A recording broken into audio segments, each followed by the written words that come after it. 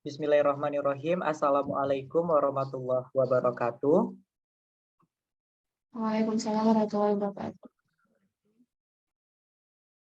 Baiklah, pada hari ini kita akan memulai presentasi. Sebelumnya, yang terhormat, Ibu dosen pengampu pada mata kuliah ini, Ibu Maisdilena SPD MPD. Dan yang saya hormati teman-teman seperjuangan. Baiklah, sebelum memulai presentasi, saya akan memperkenalkan rekan-rekan saya, di mana yang pertama ada Dia Santika, yang kedua Fitriatul Irfani, yang ketiga Lara Syafira, dan yang keempat oleh saya sendiri Muhammad Yusril Aswandi Lubis. Langsung saja pada inti acara presentasi pada hari ini mengenai model pembelajaran.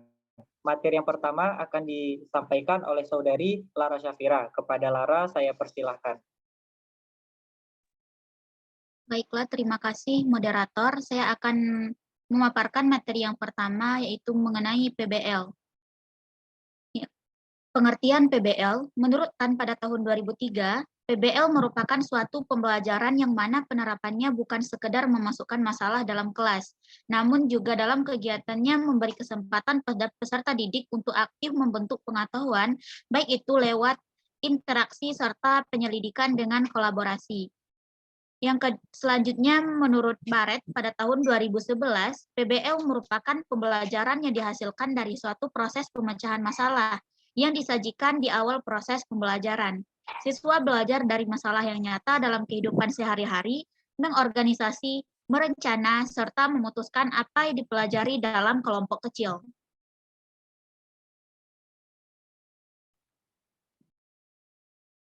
Selanjutnya, karakteristik PBL.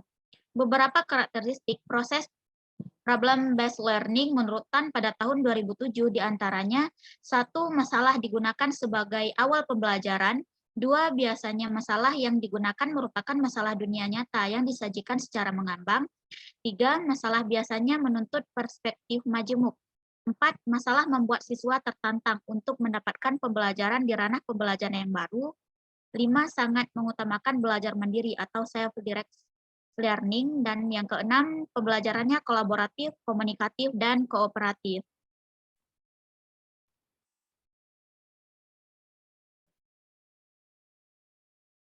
Selanjutnya, langkah-langkah dari PBL. Menurut Trianto pada tahun 2007, ada beberapa langkah model PBL, yaitu yang pertama, orientasi peserta didik pada masalah. 2. Mengorganisasi peserta didik. 3. Membimbing penyelidikan individu dalam kelompok. 4. Mengembangkan dan menyajikan hasil. Dan yang kelima, menganalisis dan mengevaluasi proses dan hasil pemecahan masalah.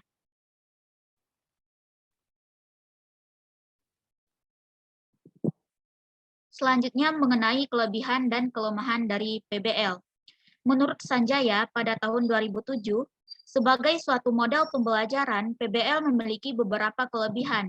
Di antaranya, 1. Menantang kemampuan siswa serta memberikan kepuasan untuk menemukan pengetahuan baru bagi siswa. 2. Meningkatkan motivasi dan aktivitas pembelajaran siswa. 3. Membantu siswa dalam mentransfer pengetahuan siswa untuk memahami masalah dunia nyata. 4. Membantu siswa untuk mengembangkan pengetahuan barunya. 5. Mengembangkan kemampuan siswa untuk berpikir, dan yang keenam, memberikan kesempatan bagi siswa untuk mengaplikasikan pengetahuan yang mereka miliki dalam dunia nyata. Menurut Sanjaya pada tahun 2007, problem-based learning atau PBL juga memiliki kelemahan, di antaranya 1. Jika siswa tidak memiliki minat atau tidak mempunyai kepercayaan bahwa masalah yang dipelajari sulit untuk dipecahkan, maka mereka akan merasa enggan untuk mencobanya. Yang kedua, untuk sebagian siswa beranggapan bahwa tanpa pemahaman mengenai materi yang diperlukan untuk menyelesaikan masalah, mengapa mereka harus berusaha untuk memecahkan masalah yang sedang dipelajari, maka mereka akan belajar apa yang mereka ingin pelajari. Sekian pemaparan materi dari saya kembalikan kepada moderator. Baik, pemateri selanjutnya akan dilanjutkan oleh saudari Dia Santika. Kepada Dia, saya persilahkan. Baik, selanjutnya itu adalah contoh penerapan model pembelajaran problem-based learning menurut Ibrahim 2017. Yang pertama itu fase mengorientasi peserta didik terhadap masalah. Kegiatannya, guru menjelaskan tujuan pembelajaran dan saran atau logistik yang dibutuhkan. Selanjutnya, guru memotivasi peserta didik untuk terlibat dalam aktivitas pemecahan masalah nyata yang dipilih. Yang kedua itu fase mengorganisasi peserta didik untuk belajar. Kegiatannya itu pendidik membantu peserta didik untuk mendefinisikan dan mengorganisasikan tugas belajar yang berhubungan dengan masalah tersebut. Yang ketiga, fase membimbing penyelidikan individual maupun kelompok. Kegiatannya itu guru mendorong peserta didik untuk mengumpulkan informasi yang sesuai dan melaksanakan eksperimen untuk mendapatkan kejelasan untuk menyelesaikan masalah. Siswa dituntut untuk menjadi penyidik yang aktif. Fase yang keempat itu mengembangkan dan menyajikan hasil karya. Kegiatannya itu pendidik membantu siswa untuk berbagi tugas dan merencanakan atau menyiapkan karya yang sesuai sebagai hasil pemecahan masalah dalam bentuk laporan. Fase yang kelima itu menganalisis dan mengevaluasi proses pemecahan masalah. Kegiatannya itu guru membantu peserta didik untuk melakukan refleksi atau evaluasi terhadap proses pemecahan masalah yang dilakukan.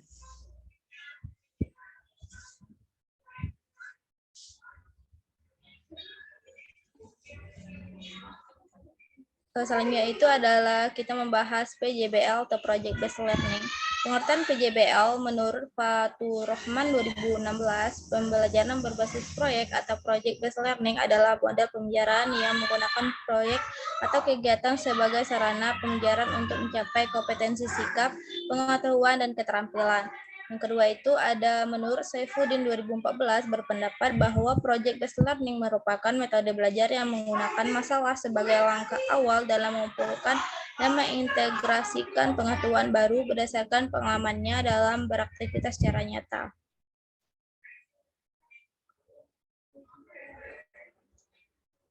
Yang kedua itu ada karakteristik PJBL atau Project Based Learning. Menurut Daryanto dan Raharjo 2012, yang pertama itu adalah peserta didik membuat keputusan tentang sebuah kerangka kerja.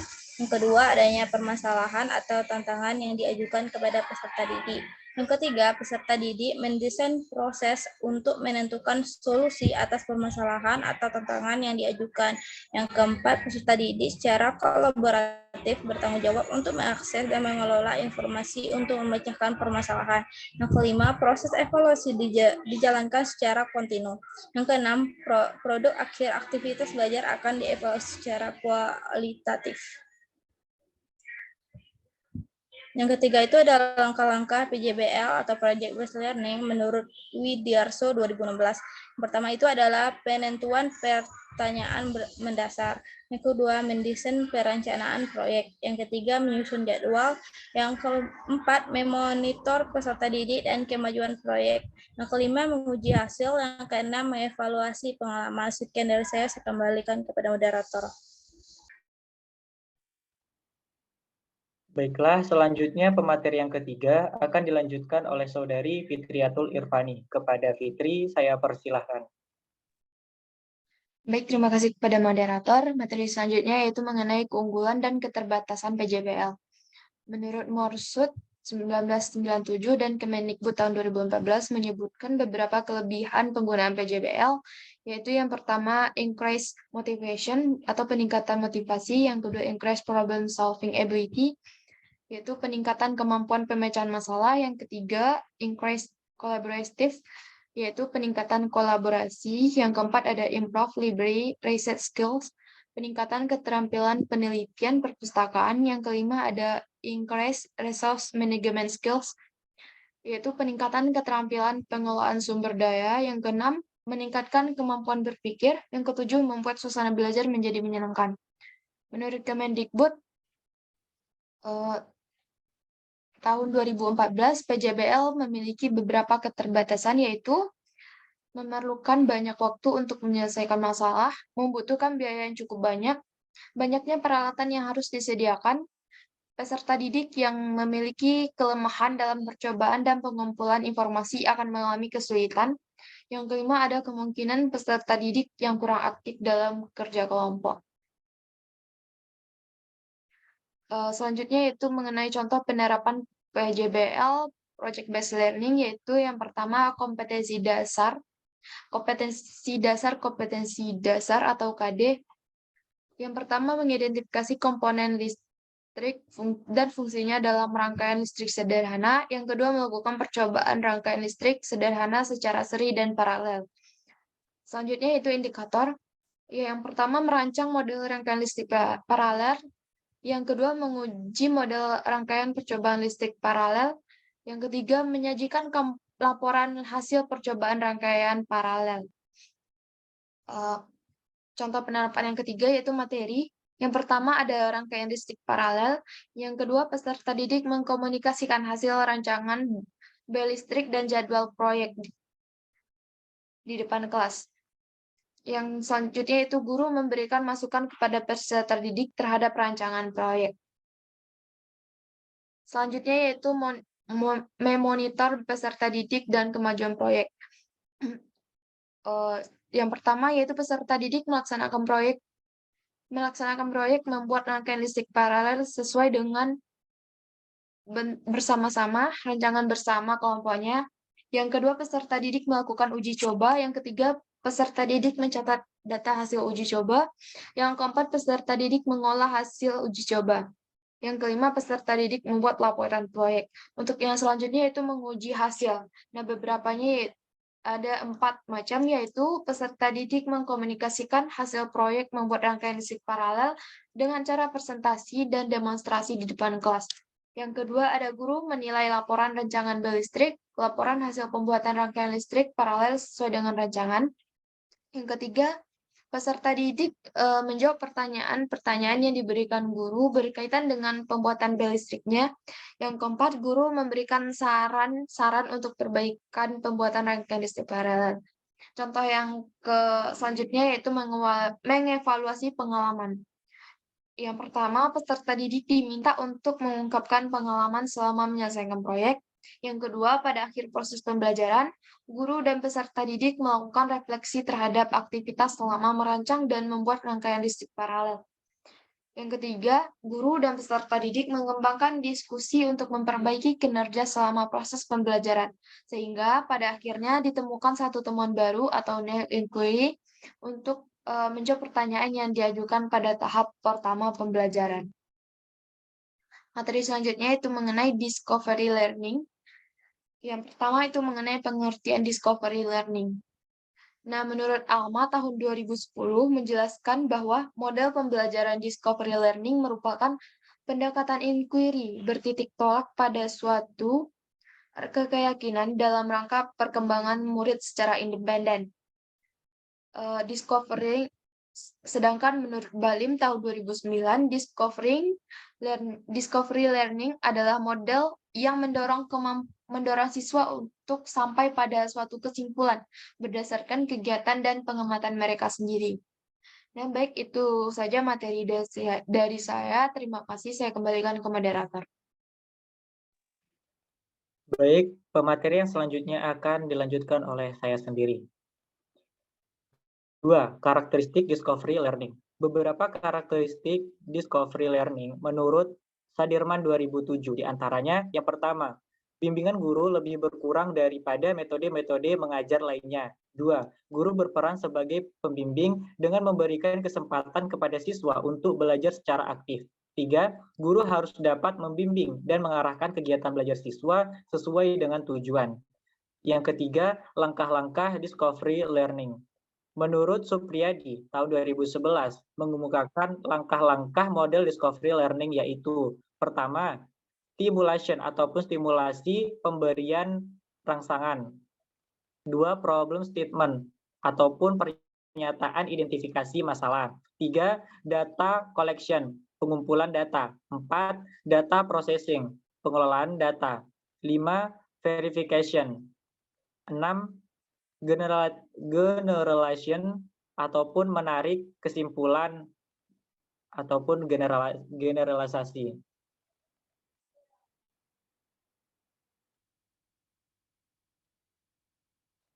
4. Kelebihan dan kelemahan discovery learning.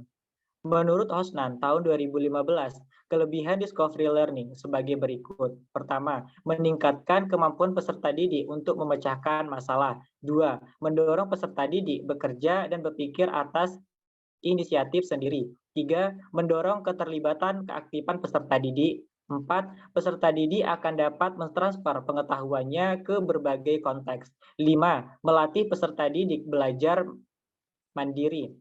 Ya, dan terakhir yaitu peserta didik aktif dalam kegiatan belajar mengajar, sebab ia berpikir dan menggunakan kemampuan untuk menentukan hasil akhir. Sedangkan menurut Hosnan tahun 2015, kekurangan discovery learning sebagai berikut. Pertama, biasanya terjadi kegagalan mendeteksi masalah dan adanya kesalahpahaman antara guru dengan peserta didik. Dua, tidak semua peserta didik mampu melakukan penemuan. Tiga, tidak berlaku untuk semua topik pelajaran. Kemampuan berpikir rasional siswa ada yang masih terbatas. Dan keempat, model discovery learning membutuhkan waktu lebih lama daripada expository.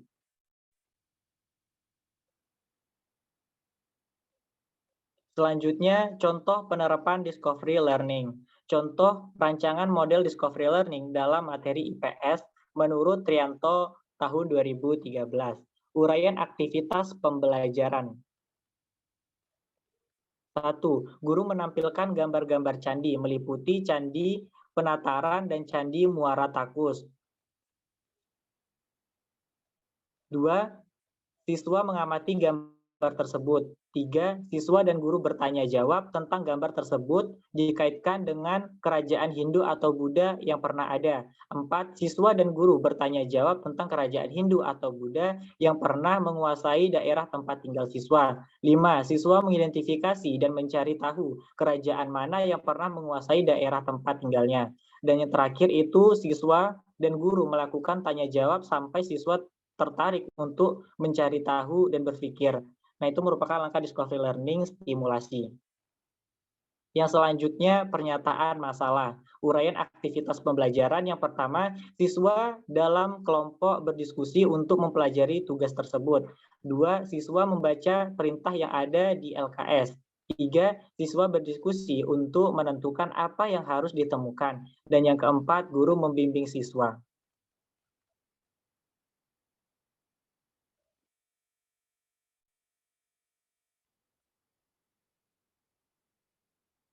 Yang selanjutnya pengumpulan data. Yang pertama, siswa sesuai dengan tugas masing-masing mencari informasi jawaban. 2. Siswa membaca buku ajar yang diberikan. 3. Siswa mengamati gambar yang diberikan. 4. Siswa mencatat apa yang mereka temukan. Dan yang kelima, guru mengawasi dan membimbing siswa yang kesulitan dalam mengumpulkan informasi. Selanjutnya, pengelolaan data. Uraian kegiatan yang pertama, siswa mempresentasikan apa yang ditemukan dalam diskusi kelompok. 2. Siswa mengungkapkan pendapatnya untuk diskusikan lebih lanjut. 3. Siswa membuktikan asumsi yang mereka setujui sebelumnya dengan temuan yang ada. Yang keempat, siswa menyepakati apa yang mereka temukan. Dan yang kelima, siswa menulis hasil temuan yang telah disepakati sebagai jawaban. Selanjutnya, verifikasi uraian kegiatan. Yang pertama, siswa mengemas jawaban sedemikian rupa. Yang kedua, siswa melakukan diskusi kelompok untuk menarik kesimpulan dari jawaban yang mereka dapatkan. 3. Guru membimbing kelompok siswa yang kesulitan dalam melakukan penarikan kesimpulan. Yang keempat, siswa menyampaikan kesimpulan di depan kelas. Yang kelima, siswa dan guru menyimpulkan apa saja nama kerajaan, siapa nama rajanya, dan di mana letak kerajaan tersebut berada di wilayah Nusantara. Yang keenam, guru memberikan penguatan. Dan yang ketujuh, guru memberikan pesan-pesan moral dalam mempelajari sejarah kerajaan Hindu ataupun Buddha yang pernah ada di Indonesia. Baik, sekian pemaparan materi dari kelompok 4. Saya selaku moderator memohon maaf apabila dalam penyampaian materi kami banyak kekurangan ataupun kesalahan yang tanpa kami sadari. Sekian presentasi pada hari ini mengenai model pembelajaran. Saya selaku moderator mengakhiri presentasi pada hari ini. Dan saya akhiri, wabillahi taufik wal hidayah. Wassalamualaikum warahmatullahi wabarakatuh. Waalaikumsalam warahmatullahi